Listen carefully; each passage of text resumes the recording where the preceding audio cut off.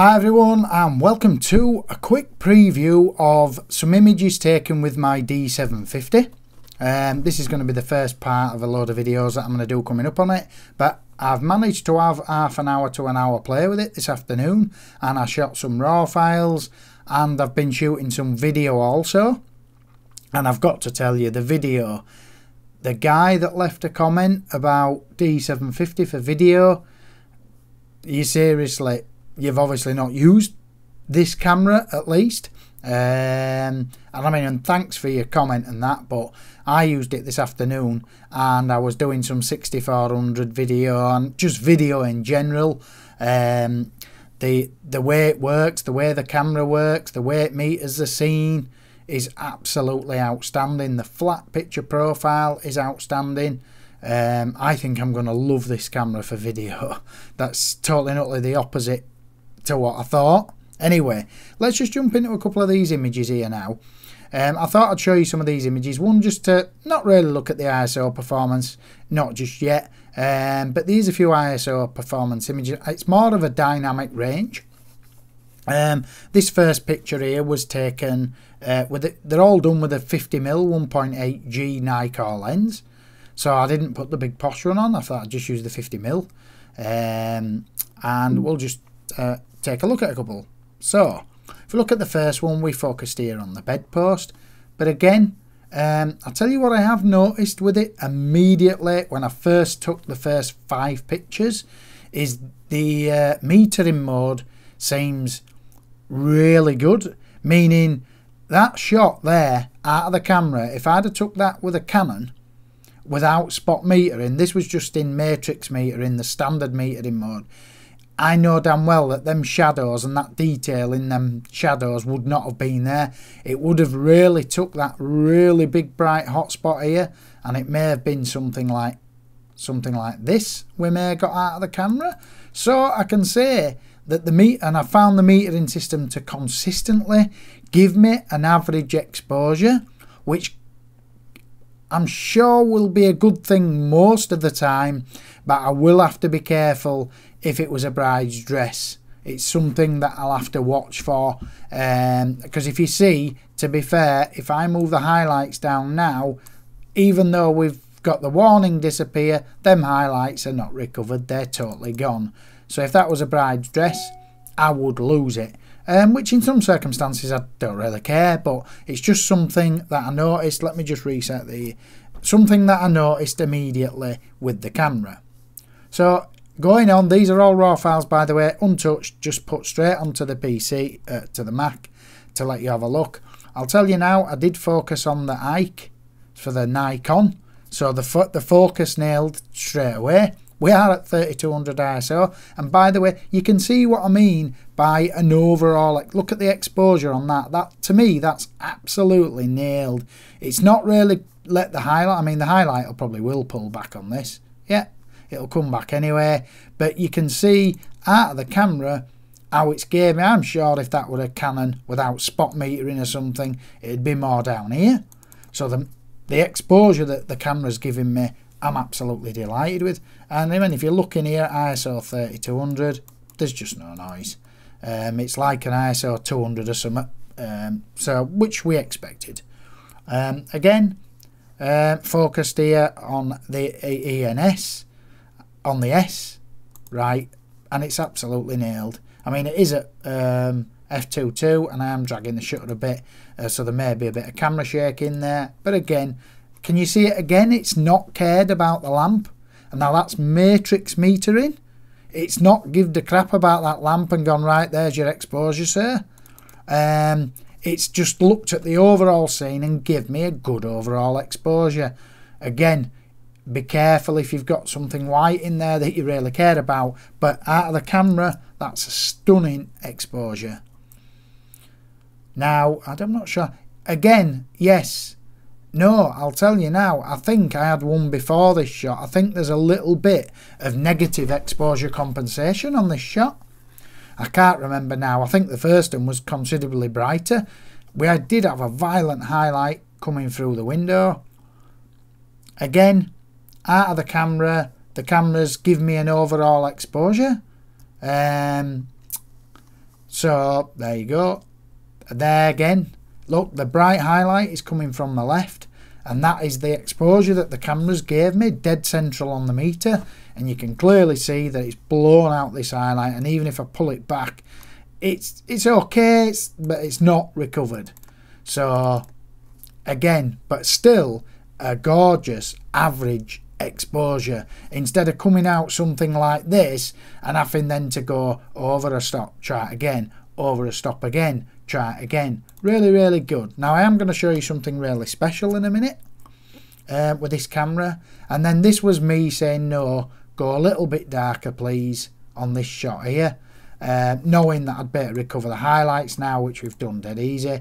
Better bring the exposure up, bring the shadows up, bring some contrast up, bit of clarity, bit of vibrance, warm the overall image up too much, and then we'll maybe knock the exposure down, and then we've got an exposure. But anyway, that's beside the point. ISO 4000 focused here on there, and again, I mean, shutter speed very slow, but again, ISO 4000. That bedroom there was near enough pitch black. So what I did is I walked into the bedroom and I closed all the curtains and the door, so this was pitch black, and that is ISO 128,000. If you look down here in the corner, you can see a touch of noise, but it is ISO 128,000.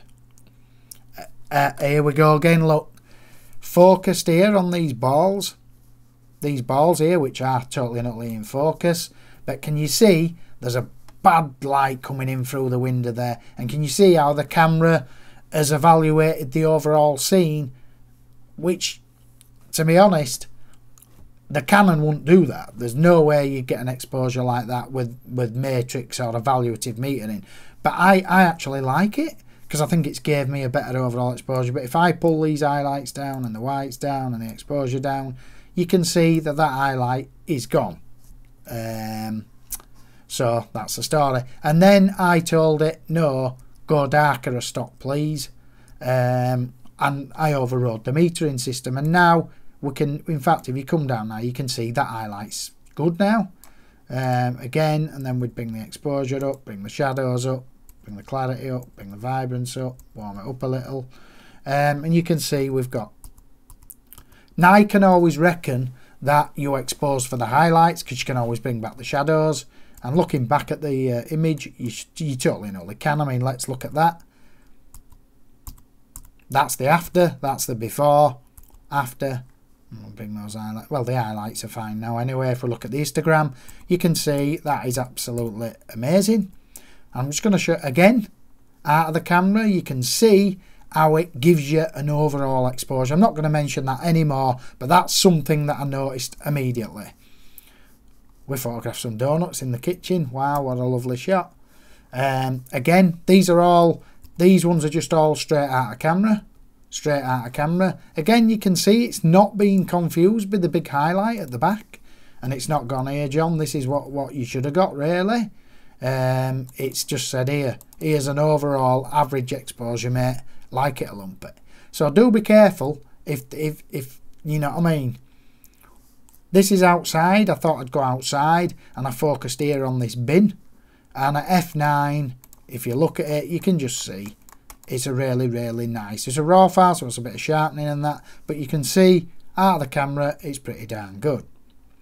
Now this again is average evaluate matrix metering, and you can see it's done an okay job, but it has blown out this highlights here. Now I want to show you something really good, what I like on the camera. It has a metering mode, and it's called, it's an highlight metering mode. So you press the, have I still got the web page open? You press the metering button on the left hand side, and then you move the dial at the back, and you get like a little spot and like a little flashing dot at the side of it. And if you do that and take the same picture again, this is what you get. So you can see, look, it exposes for the highlight. So it looks in the scene, finds the highlight and exposes for that, and you can just see, I think it's just a tiny bit there, and everything in that image. But if we look at the shadows, there ain't any detail whatsoever. We're at ISO 100, 800 and there's no detail. So let's fix that. Let's put it up a stop and a half. Let's put the shadows up a little bit more. Might go up a bit more. Something like that. Warm the shot up. Put some vibrance on it. Let's go a little bit more with that. And you can clearly see now, let me just bring the highlights down again.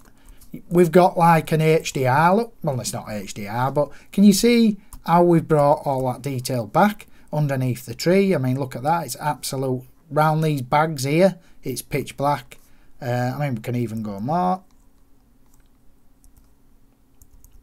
Go to and knock the shadows down. I'll put the shadows up. Well, we'll go fully up with the shadows. Why not? I mean, it looks a bit HDR to me that now, so you don't really want to be doing that. I'll put the... And there you go. That's highlight tone. It's like, I'll show you it again here. Again, walking back through the house, focused on this ball here. And clearly see it's tack, tack, tack sharp. That 50mm lens is really stunning at 2.8. I mean, it's good at 2, but it shines from 2.8 and above.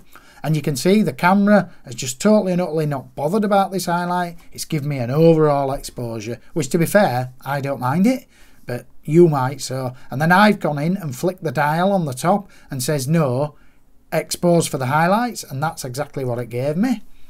Now, looking at this image, you can clearly see that there's no detail whatsoever at the bottom of this image. So let's just fix that. Go up 2.5 stops. Go up here. In fact, we'll go 2.8. Put some clarity on. Put a bit of vibrance on. Warm it up a touch. Bring the highlights down.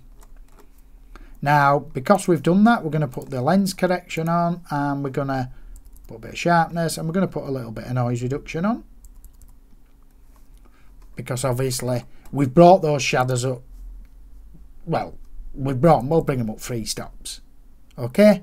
So, and in fact, to be fair, if I had to do that with an image, I might be tempted to put the saturation down, but for this video, we won't bother. So if you look, we've got our before. Look at the bottom of the image and look at the after. And we've managed to retain the highlights. And we've got, hang on, we're still up a bit here. I'll just pull them down. If you look at the histogram, there's no blown out highlights. I mean, if we want to, we can even bring, there you go. We've brought an image with detail in the blacks and in the highlights, looking at the histogram. And we've brought all that detail back. It did come at a bit of a cost. There's a little bit of a noise, but if we go full screen there, I'm on a 32-inch screen, and that looks fantastic. If I look to the left here, I can see a little bit of smooth noise, nothing dramatic, but I mean, that's, Jesus Christ, I mean, we've just brought them shadows up 3 full stops, and we've brought some shadow, we've probably nearly 4 stops, because if I reset the shadow slider, you can see it's still not there. So we've probably come up nearly 4 full stops with those shadow. I mean, we will, let's get them right up for the purpose of the video, and we'll knock that down to 2.5, and there you go. Absolute stunning dynamic range. It looks like we've got a bit of chromatic aberration on there, so that's where, if anybody doesn't know what they're doing, we'd remove the chromatic aberration. I just seen it disappear then. It was up here. If you look again, can we turn it on and off? Yeah, I can see that. YouTube manager, but the green line goes. So the absolutely first few images, obviously it's not an in-depth review, but I'm really happy with them. I'm happy with the dynamic range. That's really what this video was about, dynamic range, not about ISO performance. But with me pushing the ISO, I thought I'd show you some of that as well. Exposure, I think it gives you a great overall exposure. That's out of the camera. Then that's the highlight tonal priority metering. We'll just reset that actually, so that they're both out of camera, but you can clearly see how the camera does a fantastic job out of the matrix metering at sort of giving you an overall exposure, not really caring about the highlight, where you know damn well if that was a Nikon or something, not a Nikon, if you were in spot metering or it with a Canon in matrix, it'd definitely see that big bright highlight, and it can be a good thing. I think most of the time it's going to be a fantastic thing, because who gives a shit about the highlight anyway? I won't photographing that highlight or photographing this berry here.